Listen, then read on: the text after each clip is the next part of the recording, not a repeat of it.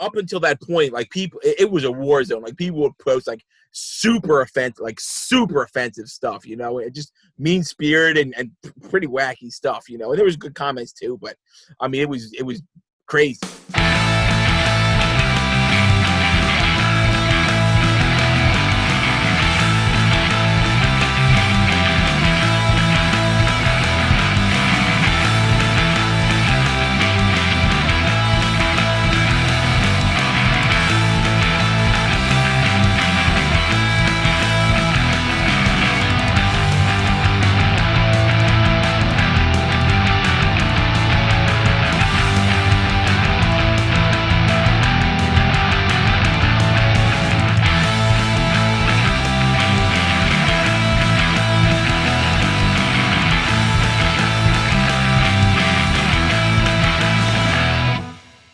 Hey, John, how's it going, man? Welcome to the podcast. How are you? Good. Thanks for having me on, Andy. This is cool. This is real cool. Yeah. So everyone who may not know, this is John Gentile, and he is the main features editor over at punknews.org. Anyone that isn't familiar with punknews.org is surely going to be schooled on that monster of an entity of a news site today. But I think most people that are interested or affiliated with the punk scene probably has a good idea of what Punk News is and what it's been about. I mean, it's been kind of a staple, especially with the internet, since kind of the earlier stages of the internet, really. I mean, it's been around for how long now? Like almost 20-something years? 21 years. 1999 is when we went live on the internet. Wow. I mean, I remember personally, I think running across it sometime in the year 2000. And I mean, I've kind of been going there pretty regularly since then. And I mean, there's been some shift in terms of like at least the participation levels. I mean, but the comment section at Punk News is like stuff of legend. And we'll kind of touch in on that a little bit, but wanted to give you a chance to kind of tell me a little bit about your experience with Punk News and, you know, some of the highs and lows and kind of what keeps the ball rolling there. So just kind of give me an idea, like your history, like what was the inspiration for the creation of the site? I mean, I know that you haven't been there since day one, but you've been there for pretty much most of it. So I'm sure you have plenty of stories to tell. So yeah, just give me an idea of the backstory of where the site came from and like what it's been doing. Yeah, the site was originally actually a written zine, and it wasn't even called Punk News. It was called something else, and it changed a couple of times as a written zine. I think there's only like 3 or 4 written issues of the zine, and it's very, very small. And then they made the zine a website in like late 1998, and then in 1999, Alban Paul, who designed the website, founded, I guess, punknews.org. Shortly thereafter, Adam White joined, and Adam's been there since then, so early 2000 or so. Adam was kind of the main guy from about 2007 until about 2000 to about 2007 or so. Since then, there's been a lot of different editors, and I think you could say that the feeling of the site has somewhat merged and changed with when one or more editors, you know, were driving the ship. We had Brian Yancey, Rich Verducci, we had Kira Wisniewski, we had Joe Pallone for a while. We've had, I'm trying to think, Ben Connolly, and I'm missing the guy that works for Bridge 9 Records, and I can't remember his name. Jesse Robb is another guy. There's another guy that works for Bridge 9 Records. I can't remember his name. I feel bad about that. Anyways, and so then right now, the main editors are myself, Sam Barrett, who's been with the site for about 10 years or so, and M. Moore, who's been with the site about a year and a half now, who's doing a great job. So, and of course, you know, we have dozens and dozens of writers, and the writers come and go and come back and leave, and that's how the site works. So, and it's been I mean, there hasn't been any real major shakeups with regards to how the site's been run over the past 21 years. It's still basically the same entity it always was, and how it functions, and how we get news, and how we get new writers, and we just do what we do, you know. Yeah, I mean, you know, it's been one of the websites that I'll fully admit that I tend to go to pretty much at least once a day. Thanks, man. Yeah, well, and you know, I don't know like what kind of, you know, ad revenue you guys generate or anything like that, but I mean, sites like that, I imagine, have been able to kind of, you know, get a little bit of monetary, value from just the sheer audience that it's been getting. And I mean, this isn't like your main job or anything, though, right?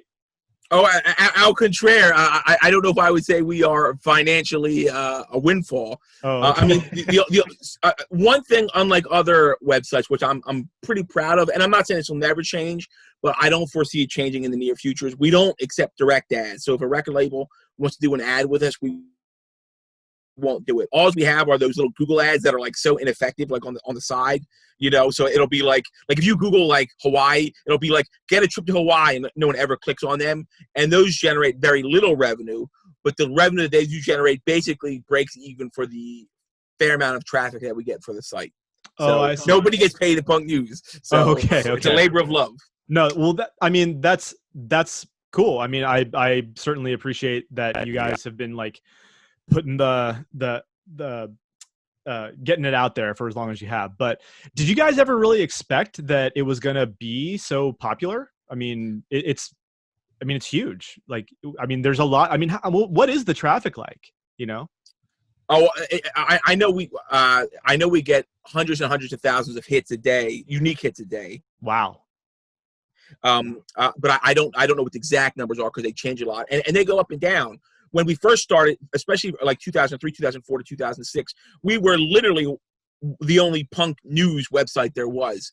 Now there's and then after about 2006, 2007, a whole bunch, grew. Pace Punk.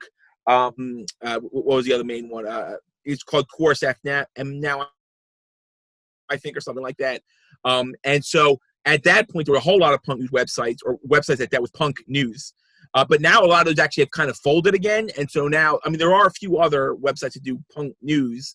But right now, we're one of the, I guess, I mean, there's other good ones. Brooklyn Vegan is real good, but they're not exclusively punk. New Noise is cool. I know there's Dying Scene. But we're Dying Scene is no longer, actually. Dying Scene closed up shop like a year ago or 8 months ago or something. Yeah, I had heard that they were having issues with their website. They couldn't update it for some reason. And so I don't I know that they're alive on Instagram, and I think that they're doing basically podcasts, video podcasts. Okay, yeah. But as far as updating their site, I believe you're totally correct in that the site has been updated in something like a year or something. Right. But they were really big too for a while there. Yeah. So anyway, the point being is right now we're kind of on another rise up right now, and that we're getting more traffic than we were, say, 3 years ago or so. And, it goes in waves. We go up and we go down. We go up and we go down. Right now we're going up. So that's cool, Well, do you think that the pandemic has anything to do with that? Yes, but indirectly. I think the bigger cause is because of the pandemic, people are looking at different types of news because they have more time on their hands, which is probably good. And therefore, that generates news stories that people are more likely to discuss and share and look to the source of. A big part of that would be one of our bigger stories was definitely Live Nation just being the most rotten company ever, and Live Nation getting essentially what amounts to a federal bailout. I mean, there are a few things more ridiculous than Live Nation getting a federal bailout in the form of low interest loans. So we sort of broke that news. And that was a huge, huge story. So people have more time to look into those things right now. Whereas if everyone's gone to work or gone out, then they're not reading news as much. And so I would think that's why. Right. Yeah. No, I mean, I've certainly gotten information firsthand from visiting Punk News that I didn't look for anywhere else. And, I mean, because it's so music forward and, you guys do specifically kind of live within the punk ecosphere, which I mean, of course, has ska and hardcore and indie rock and emo and all those other, subgenres within the punk community. But, I'm glad that you guys are able to bring in more of that, stuff about Live Nation, stuff about, other big promotions companies or anything that's really newsworthy that does somehow affect those worlds. I think it's great that you guys expand into that world. And I mean, you guys, of course, do music reviews and show reviews, and, you guys do video premieres and all that stuff. So it can be a really great resource for anyone who's either in a band or running a label or doing PR work or, anything like that. one of the things that I know has kind of evolved a little bit, and I mean, the comments section doesn't really evolve per se, but I know that the audience-ship in the comment section has seemed to change a little bit in terms of like not only the volume, but I don't know, like when I first started going to Punk News, it definitely seemed like it was one of the first places that I remember seeing like that troll behavior, Right. And this is like pre-Reddit, this is pre like YouTube, this is pre any other big sites that have like the comment section. So it kind of broke the mold for that in a lot of ways. At least for me. And I mean, gosh, like I can recall coming across some comments that were just like, holy shit, dude, people are saying this and like just putting it out there. And obviously a lot of that is like anonymous, people, but I know that you guys also have logins now. And I think that that's kind of curbed that behavior a little bit, right? To a degree. Well, until about 2008, what you could do is you could sign in anonymously, or you could put your name in if you wanted to, but I don't think there was a login at that point. But what a lot of people just do would sign in anonymously and then put their name after it. But up until that point, like people, it was a war zone. Like people would post like super offensive stuff, it just mean spirited and pretty wacky stuff, and there was good comments too, but I mean, it was crazy. I think it was 2008. They decided to remove the allowance of anonymous, and so you had to log in and use a username, and so that really did change the feel of the comment section, probably for better, in that it knocked out a lot of the really, really crazy stuff. And when we do get really, really crazy stuff, which we used to once in a while, it's easy to kick that out. And that you also have to weigh, I mean, I'm not looking to censor people. I'm not looking to be a cop. But on the other hand, you can't have like KKK guys like running around. So, you got to boot them out, Right. But I guess the interesting blowback, though, is that now that there are trolls, or I don't even know if trolls is the right word, I'll just say weirdos, that are dedicated to maintaining a certain presence in the comments section. And they use, I guess, they're always on the attack, and they attack within the confines of a PC to allow context to give the guys that, I'm making a moral statement, but not really. You're using that as a shield to be a nasty person underneath, which is an interesting dynamic, I guess, if you will. And one last thing I want to add, though, is people, and even we make this mistake sometimes, is never assume that the commenters reflect the actual readership of Punk News, because more often than not, it's the exact opposite. Like if we post a Green Day video and the comments says, I hate this sucks, more likely than not, more Punk News readers like the video or would say they like the video than would not. And the way you can verify that is if you look at the Facebook and the Instagram, it's totally flipped.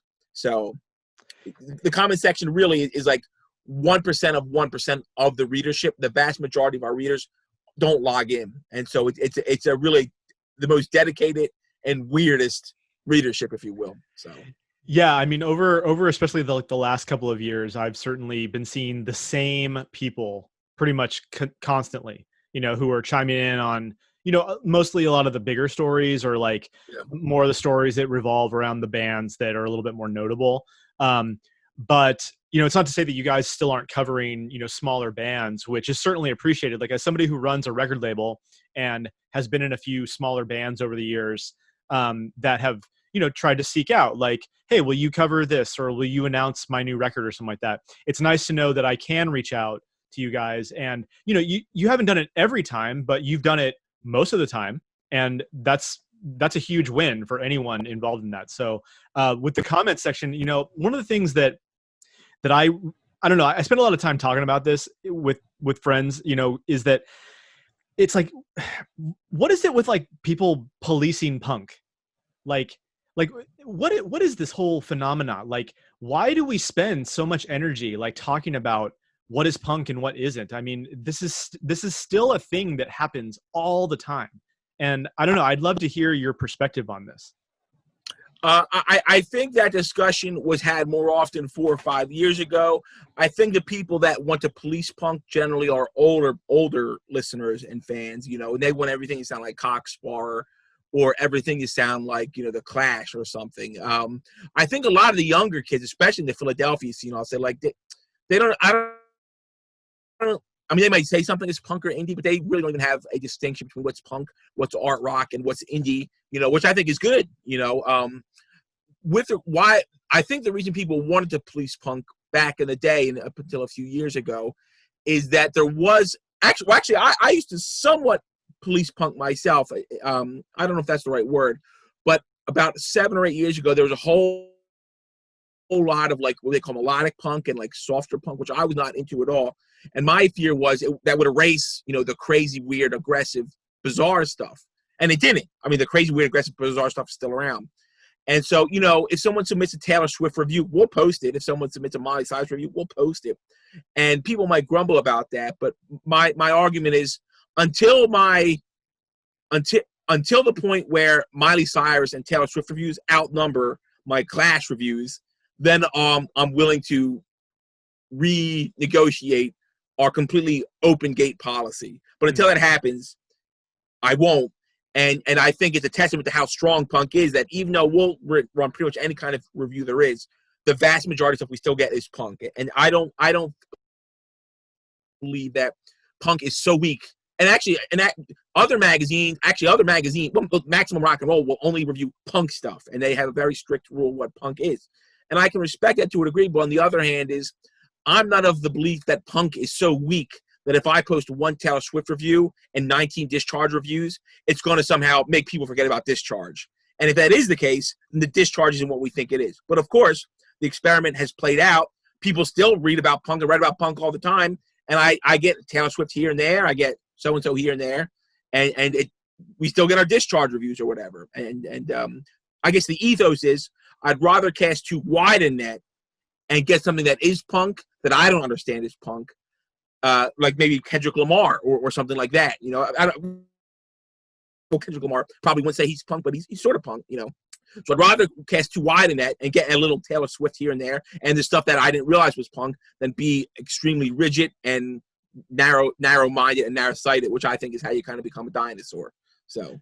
Right. And I actually think that that's a really great strategy on your guys' end where it's, you know, you're opening the door, you're letting people contribute if they want to. And, you know, even if like you get a review for like the new Taylor Swift album, which, I mean, I don't know if you've listened to it. It's actually really good. I mean, I wouldn't call it a punk record, but maybe for Taylor Swift, it's kind of punk rock because it's a little different than what she's been doing. But I don't know, like personally, I've always kind of found it to be very petty and very small, you know, when people like start to break down and like just rip apart. It's like, oh, that's not punk, or that's not punk, or that's not fucking punk. Cause I think you really nailed it. It's like, man, I get it. Like you like a band like Cockspire, or you like a band like Rancid, or you like a band like the Sex Pistols, or whatever band you're comparing it to. But it's like, dude, open your fucking mind to like the idea that something else can be good at the same time as this, you know, like I don't know. It becomes very frustrating to me because I'm like, dude, does anyone like anything at all ever? Like, or are you just a bitter shitbag, you know, who just would rather spend your time on the internet talking shit about anything and never producing something? Like, I oftentimes want to go on there and say, dude, let's hear your record. Like, like, let me fucking rip it apart or something like that. And, you know, of course I'm not going to do that because that's ridiculous, but, I've certainly thought that, you know, and that's, you know, I mean, I don't know. It gets comical. And, I actually think that it's good that you guys have kind of shifted the way that you handle the comments, because I believe that it's a good thing that you allow people to comment, but giving them a little bit of a gate, you know, like putting a little bit of a gate in front of like, okay, well, we're not just going to let anyone do it. You know, like you have to actually work for it by signing in and like having an account. And, you know, is it really worth you spending those extra 30 seconds to do that? But you know, you mentioned that you kind of broke that Live Nation story. And that certainly was one of the places that I caught wind of it first. But are there any other like major things that you feel like you really had a hand in like breaking as part of Punk News? Anything notable that you can think of? Yeah, we've broken lots of stuff, and actually, we might break something we will break something very big on Punknews podcast number 500, which posts next week. Okay. Which, if you know what John G is a fan of, it's like big news. But I mean, we've broken lots of stuff. One thing that I'm becoming more aware of within the past few years is the Punk News is not CNN. Punk News is not Fox News. Punk News is not ABC. ABC News, Channel 6 News, whatever. But Punk News, I'm aware, I feel as though our strength and grasp is growing recently, which I guess is a good thing. But on the other hand, I don't necessarily want to be a cop or judge, jury, and executioner. The example is, we broke the story that turns out Michael Graves is a Proud Boy and possibly connected to white power, and certainly is connected to who's the crazy guy, InfoWars, Alex Jones. Oh, Alex Jones, yeah. He's a big fan of that guy. So we kind of broke that news by sorting through his Instagrams and figuring it out. And the result was it wiped out all his social media. Like, we posted it, and that alerted like all the different social, like, this story went huge, and then all the social media got deleted by Facebook and Instagram and so forth. And I didn't feel great about that. Now, of course, I don't agree with Proud Boys at all, and I think it's I think that's a bad idea and a bad thing to be, and I think it's foolish and silly. But on the other hand is, and I mean, maybe I'm wrong. I'm certainly weighing this in my mind. I didn't mean to take Michael Graves off the planet. You know what I mean? Like, I didn't mean to end his career. Now, of course, he'll be back, but it's going to take him a while, to build that stuff back up. I'm not sure if I'm comfortable with having the power just to wipe some guy out just because and like I said, it's not that he's gone forever, but we set him back months, all he did was say things. He didn't do anything to anybody. He just said BS. And so should we have the ability to be the cops when somebody just says something wacky as opposed to doing something wacky? I didn't feel great about that. I didn't feel great. I mean, he's a working guy. I'm not saying he's a nice guy, but I didn't feel great about basically cutting out his livelihood to a degree. Yeah, I mean, I think that's one of those weird lines that, like, as a journalist, because effectively you guys are journalists, with respect to the site, quote unquote journalists. Well, right. I mean, but really, like, you just posted something that happened, So honestly, like, I don't think that you guys did anything to take him down. Like, so I personally wouldn't worry about that. Like, he did that himself, I mean, agree with him or disagree with him, whatever you want to do. I personally disagree with him too. It's like, I think he's a piece of shit, but I don't think that you have to worry about feeling that you guys were the ones that did that to him. Yeah. I mean, ultimately it was going to get in front of somebody, or it was going to get in front of people somehow. I think just Punk News happened to be one of the first ones, definitely, to kind of put it out there. And because you have such a broad reach, I mean, we're talking hundreds of thousands of people, then that's going to expand through the web. And this is what we have. And I mean, anyone that's going to put that shit out there, dude, on social media, dude, you're digging your own fucking grave, man. And I don't know, man. I personally wouldn't feel bad about that at all, because I mean, you guys are a news site, and that's news. So it wasn't it's not fake. You didn't make the story up. I mean, it was a thing that happened. So I don't know. I wouldn't feel bad 1 minute. But it was an interesting dynamic because he was actually mad at me personally because my name was on the byline. And I'm thinking, well, literally all we did was copy and paste it what you put on social media. Like, we didn't even say Michael Graves is a jerk because he's a Proud Boy. All we said is Michael Graves says he's a Proud Boy, which is true. It's a weird dynamic. Yeah, So, I mean, did he reach out to you personally? He set up a second Instagram that actually also got X'd, and he named me, but he didn't like at me. He just like wrote my name. And he said like, the punk police will lynch you or something like that. You know what I mean? Like, so I see. Wow. I mean, that's interesting. I didn't even know how far that story kept going. I mean, I've personally never listened to Michael Graves' music. I'm not really a huge Misfits fan to begin with, so I have nothing to do. And you can shut up right now. You can shut up right now. Danzig is the man. You can shut up, Andy. This podcast over. A podcast is over. You're out of here. Oh man.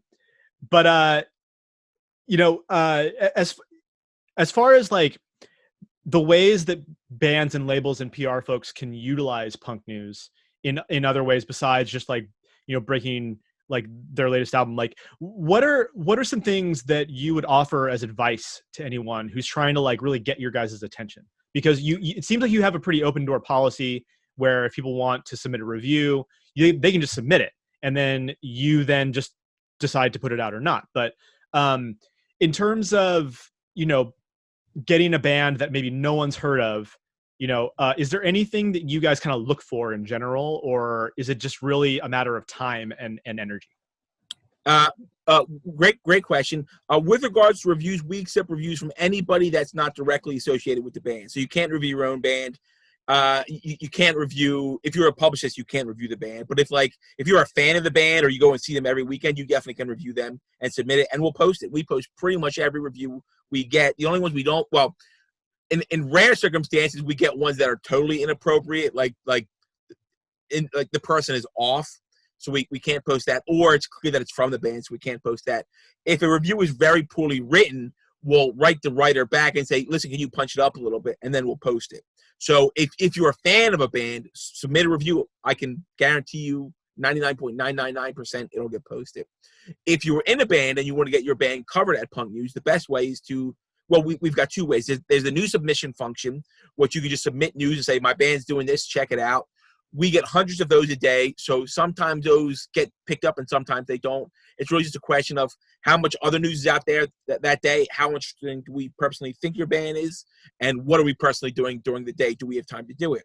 Probably the better way to get picked up is email the editor specifically, and not in like a general blast email, like an email written to the editor. That my email is johng@punknews.org, so you can hit me up anytime you want. And you say, John, my band just put out this record, or we're putting out a record, will you post about it? And I would say I try to always, if it's directly addressed to me at Punk News, I always try to post it. I don't do it 100% of the time because, I mean, we get hundreds and hundreds of emails a day, and most of them are just like PR things that I ignore. But we always do our best. Like, if you're a band that wants to get posted, we try to post your band because we don't have a threshold if you're not popular, blah, blah, blah. Like, we'll post pretty much anything that's if it's vaguely punk at all. The only thing that we don't really post is, oh, my band put out a record last year, will you post about it? Well, the answer is that's not news. But if you want us to send a bit to the review pool, then we'll throw it out to the writers. And at Punk News, we don't assign reviews. It's basically like a shark pool. And we throw out a review. Who wants to review this? And somebody might snap it up or they might not. So that's how to get covered at Punk News. You know, it's interesting that you mentioned the direct email versus the blast email. You're the second person now that I've talked to on this podcast that has mentioned that exact same thing.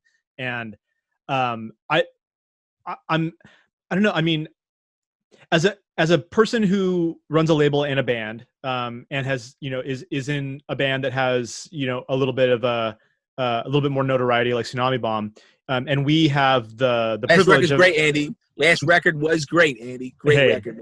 Thanks so much, man. No, we're super happy with it, and we appreciated all the love you guys gave it. But you know, we have the privilege of being able to hire a publicist and kind of push that stuff out there for us. So we don't have to necessarily do that work ourselves. Sometimes we do a little bit on our own, but we try to let the publicist kind of handle that for us. And, you know, our relationship with our publicist has been really great.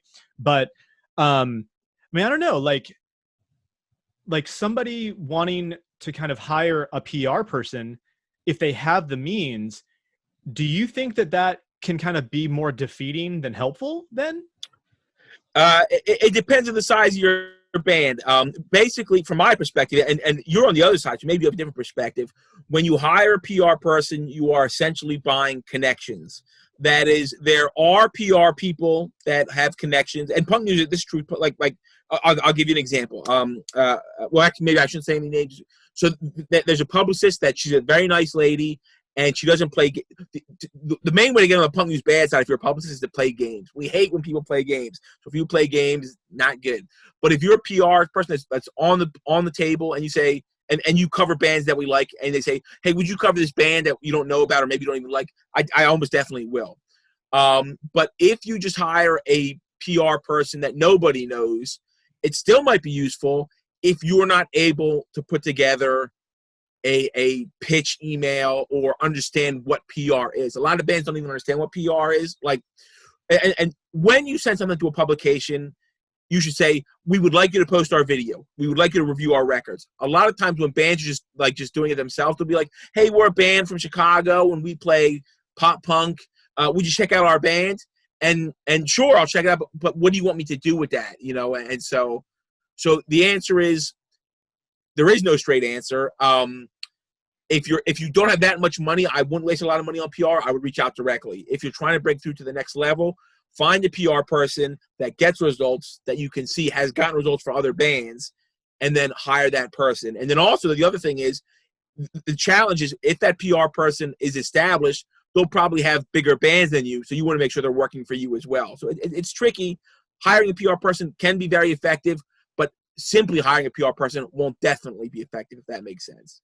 Yeah, I mean, I've had relationships with a few different PR companies over the years that I've been, in that mix, whether or not it was something for my own band or for a band that was on the label that I work with, that I run. But it's been a mixed bag. I mean, the folks who I'm working with currently have been really great, and I'm keeping that relationship pretty firm. But yeah, I mean, I've had experiences in the past that kind of felt like it didn't really turn out the way that I was hoping for. And because that was some of my first experiences with it, I think it was just kind of part of that learning curve.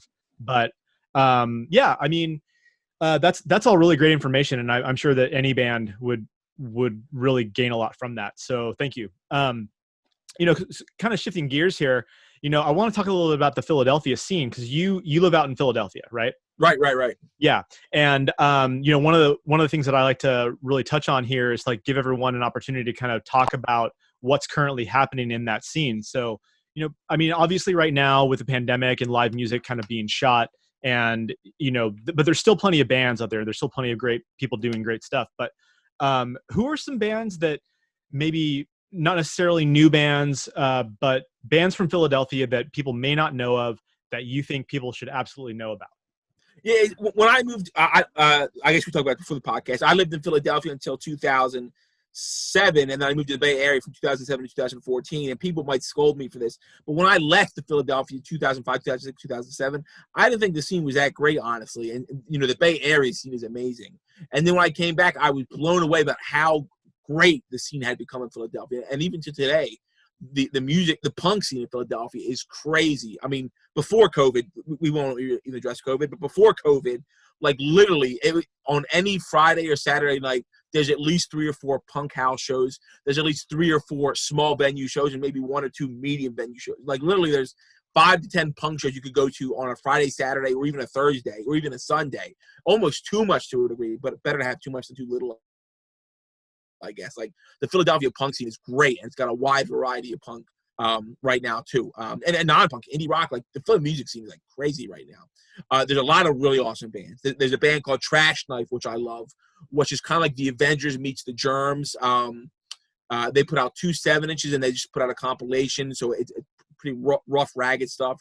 There's an amazing band called Zorn, which is like a death rock band. It's kind of like Rudimentary Peni meets Discharge meets just like heavy metal, and it's like the main guy like dresses up almost kind of like Dr. Frankenfurter, and they put him in a coffin, and they bring him out, and he jumps out with a whip and he starts whipping people, and it's like awesome. There's a band called Dark Thoughts, which is kind of a Ramones core band, which a lot of people might know about. It's a Ramones core band that has, I guess, depressing lyrics, if you will. So that's kind of, most Ramones core bands are like, I love girls, I love soda, I love pizza, where Dark Thoughts is like the opposite. Like I hate my life, so, but it's like the music's like really poppy. That's awesome. There's Joe Jack Talcum, the Dead Milkmen, and Rodney Nines with the Dead Milk. Actually, all the Dead Milkmen have side projects. Joe Jack Talcum is Danjo Mar. Rodney is Seventh Victim. And also Odin Clean has a band called I Think Like Midnight. And I can't remember the bassist. I forgot. Dandrew is also Joe Jack's band, and it's crazy. Like those guys play all the time, and honestly, not a whole lot of people go. Like maybe 25 or 30 people. You can see the Dead Milkmen 3 feet away from you doing Dead Milkmen songs for like $6, and like Another great band is a band called Catbite from Oh, Philadelphia. What's Catbite? Yeah, like love a Catbite. neo two-tone ska band. Like that band really might like explode. Like that band is freaking great. There's a brand new band or semi-new band called Vixen 77, which is kind of like the Runaways, which has like really funny lyrics. Let's see. Yeah, Philadelphia's got a lot of really Bad Canoes is closed up now, but Bad Canoes was Marissa Paternostro of Screaming Females punk band, which was one of my all-time favorite bands ever. It was the Slits meets the Screamers with Marissa of Screaming Females singing, and it was amazing. And of course, Screaming Females live in Philadelphia now, and Screaming Females are just the bomb, like an amazing band. So lot of great bands in Philadelphia right now. A lot of great bands. Yeah, I Catbite for my money is premium, man. Like they are so good, and I agree. Like they're gonna blow up. Like they've got everything going for them. Like sound good, great live show. They're turning out good stuff. They're affiliated with a great label, Bad Time Records. I have a feeling they're going to be huge. But we had the privilege of playing with a few bands out there, like God Damn It, and I really like those guys. Yes. Teenage Bigfoot. The Drew Getz. The Drew Yeah, the Drew Getz. Yeah, absolutely. I think they're on hiatus right now, but the listeners know Drew Getz are kind of like a 77 punk oi band with 4 young ladies. And like the music itself is straight up punk and oi, but it's like really catchy. But the lyrics are like different than your traditional oi band lyrics. So it's like a really cool, unique band. Yeah, I really love the Drew Getz. They're all just great folks too. But moving on from that, I appreciate all that info. Give me your top 5 all-time Desert Island albums. I'm always genuinely interested in this, and I know it's like such a loaded question, but I'm throwing it out there just to kind of see what sticks. And give me. I don't know if I can give you top 5. We'll shoot for top 10. All right. But let's go for 10. You got to have Hawkwind Warrior on the Edge of Time. I love that record. It's the last record of the premium Hawkwind period, and the Hawkwind guys say it's their least favorite. But actually, it's my most favorite, not to be cute, but it's their most albumy album. The other albums are kind of just like songs, where We're on the Edge of Time is like an album, and it's trippy, it's far out, it's space rock. It's basically about the band on acid flying through time, and at the end, they meet like these skeletons that like live at the end of the time, and it's like trippy as hell.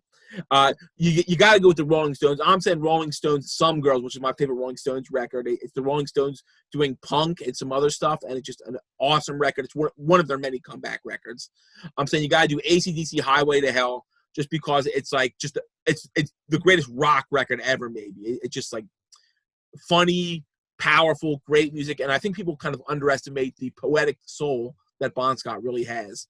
You got to do Rudimentary Penile Cacophony by Rudimentary Penile is a massive, like, I think it's like 22 tracks, but it's actually like 50 songs. So a lot of the tracks have like 2 and 3 songs in it. And it's an album about Nick Blinko comparing himself to H.P. Lovecraft, the writer, who was not highly regarded during most of his life. And throughout the album, Nick Blinko keeps exchanging his own identity with H.P. Lovecraft. And the album has all these mini songs that crash into each other. And it's totally like operatic sounding. You got to do Mischief Brew. I'm going to say Mischief Brew, The Stone Operation, which is their second proper LP. It's them doing anarcho-punk, and it's absolutely fantastic. You got to do The Dwarves Are Young and Good Looking. Dwarves are a Bay Area punk band. Relatively offensive, but they're offensive, but there's a lot of intelligence behind that, and also a lot of commentary on the human condition. And Young and Good Looking is them. It's one of their comeback records. It's them coming back and doing pop punk. And just from start to finish, it's an amazing record. You got to do Guar's War Party, which is Guar commenting. The idea behind Guar's War Party. Guar is aliens from outer space that do drugs and kill people. And War Party is them running a political campaign with the purpose of the political campaign being that they want to give humans what they really want, and what humans really want is to annihilate the human race. So the basis of the Guar War Party campaign is to blow up the entire world with nuclear bombs, and it's just a great album. You got to do KRS-One's Return to the Boom Bap, which is his comeback record, which is KRS-One in the G-Funk era, but doing kind of boom bap style hip-hop in the G-Funk era, or even the Puff Daddy era. And it is just one of the hardest, highest demonstrations of MC lyrical ability and style ever. And I think we'll also do Lee Scratch Perry's and the Upsetters' Super Ape, which is one of the heaviest reggae albums ever written. The sound, weird experimentation in it, and it's just an amazing album. So I don't know how many that was, but that's a fair amount. So. Yeah, no, I mean, that's a killer list, man. Like, props. I mean, most people have like such a hard time finding even 5, and you found, I believe that was 10. So yeah, I'll double check the number, but no, that's killer, man. Definitely huge props for Lee Scratch Perry, Guar, and I mean, I know you love Hawkwind. Like I was waiting for you to say that as your first one. So, well, hey man, it's been a pleasure having you on the podcast. Great to talk to you, and I hope you and yours are staying safe. We like to end the podcast with some sort of a musical, number, but you're not in a band yourself, but you were telling me earlier that you actually released a record. It was a few years back, right? And yeah, I'm sorry. Go ahead. Yeah, I was going to say, you released this record, and it's actually a repress from a record that happened many, many years ago. Give me an idea of who this band is and what the song's all about. Well, it's not even a repress, actually. What it is so I was at Jupiter Records Wilmington, I guess probably about 2015, and I came across this record called The Flames. And on the cover, it was 4 guys in leather jackets, but they were kind of wearing like heavy makeup too. And I flipped it over. So it could have been a punk record. It could have been a disco record. Could have been a new wave record. I wasn't sure. I flip it over. It's got songs called like Contaminated, Stabbed to Death, Menage a Trois, You Always Survive. So like kind of punkish lyric, like song titles. I'm like, sounds cool. So it was like $6. So I bought it. I take it home. I put it on. It's a really, really good record. It's kind of punk. I guess if you had to call it one thing, it's new wave, but it's new wave verging on punk, especially like the lyrics are actually kind of like messed up. And it's like a really good record. And so the band is called The Flames. So you Google that, you can't find anything because there's James Brown band is called The Flames. The record label is called Hit Records. So you Google that, nothing's going to come up. And the main singer's name is Michael Richards. So you Google that, Kramer comes up, but it's a different guy than Kramer. So there's like no way to find anything about this record on the internet whatsoever. But then I saw that in Magic Marker on the back of the record, it said Michael, and then it had 7 digits, 7 telephone numbers, right? And no area code. And so as a gag, we said, let's call this number on the Punk News podcast, but what area code should we call? Well, Hit Records was listed as being in New York City. So we're like, well, let's call New York City. But New York City has 3 area codes. So we just picked one at random. So on the podcast, we called that, and it was a marriage counselor's office. And we just like left a message, and then we forgot about it. Then like 6 weeks later, I get an email that says, from someone called Diane. And I don't know anyone named Diane. And it says, it's from Diane, but then it says, I heard you were looking for me, Michael. I'm like, what the hell?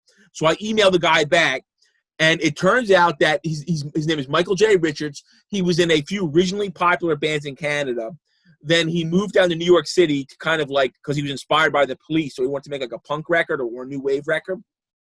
He recorded it at the same time his marriage was falling apart. So that's why the lyrics are kind of like messed up. Mm-hmm. And so his marriage falls apart.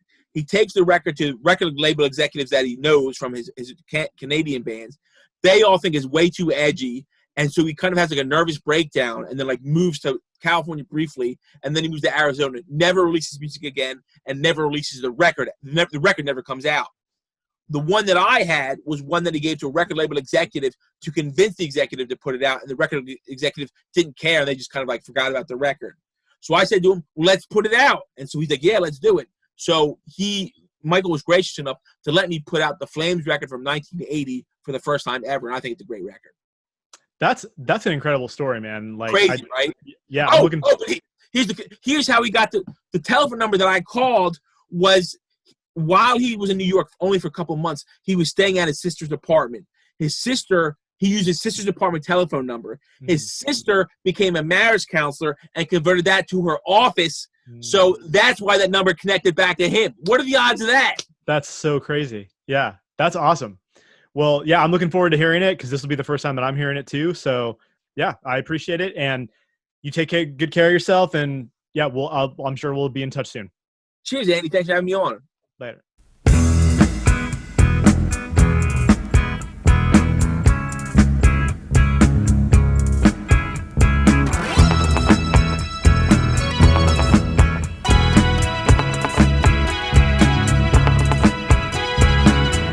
When you told the crowd to move and they wouldn't follow through, you just phoned to bring the police.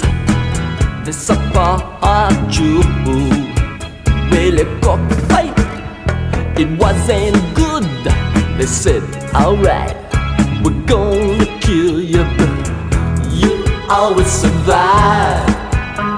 No matter how bad it gets, you always survive. No matter how it gets.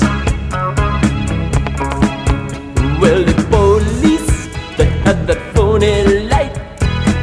They could not use it for lies. And when they cracked that thing out right down on your head, you're just barely alive. But you always survive. No matter how bad it gets, you always survive. No matter how it gets. 'Cause when you want it, you love it, you need it, yeah, you live it. Oh, you live that danger for the only love in your life. You always survive. No matter how bad it gets, you always survive. No matter how it gets. 'Cause when you want it, you love it, you need it, and you live it. Oh, you're gonna get the thing you waited for all your life. That's right, baby. When you really love it, it's gonna come to you. And you never get hurt, no, you never get caught, and you never have to run away, you just get lost. You don't get excited when things go wrong, no, you don't give a damn, you just keep on moving on, and you always survive. No matter how bad it gets, you always survive. No matter how it gets, yeah, you always survive. No matter how it gets, yeah, you always survive. No matter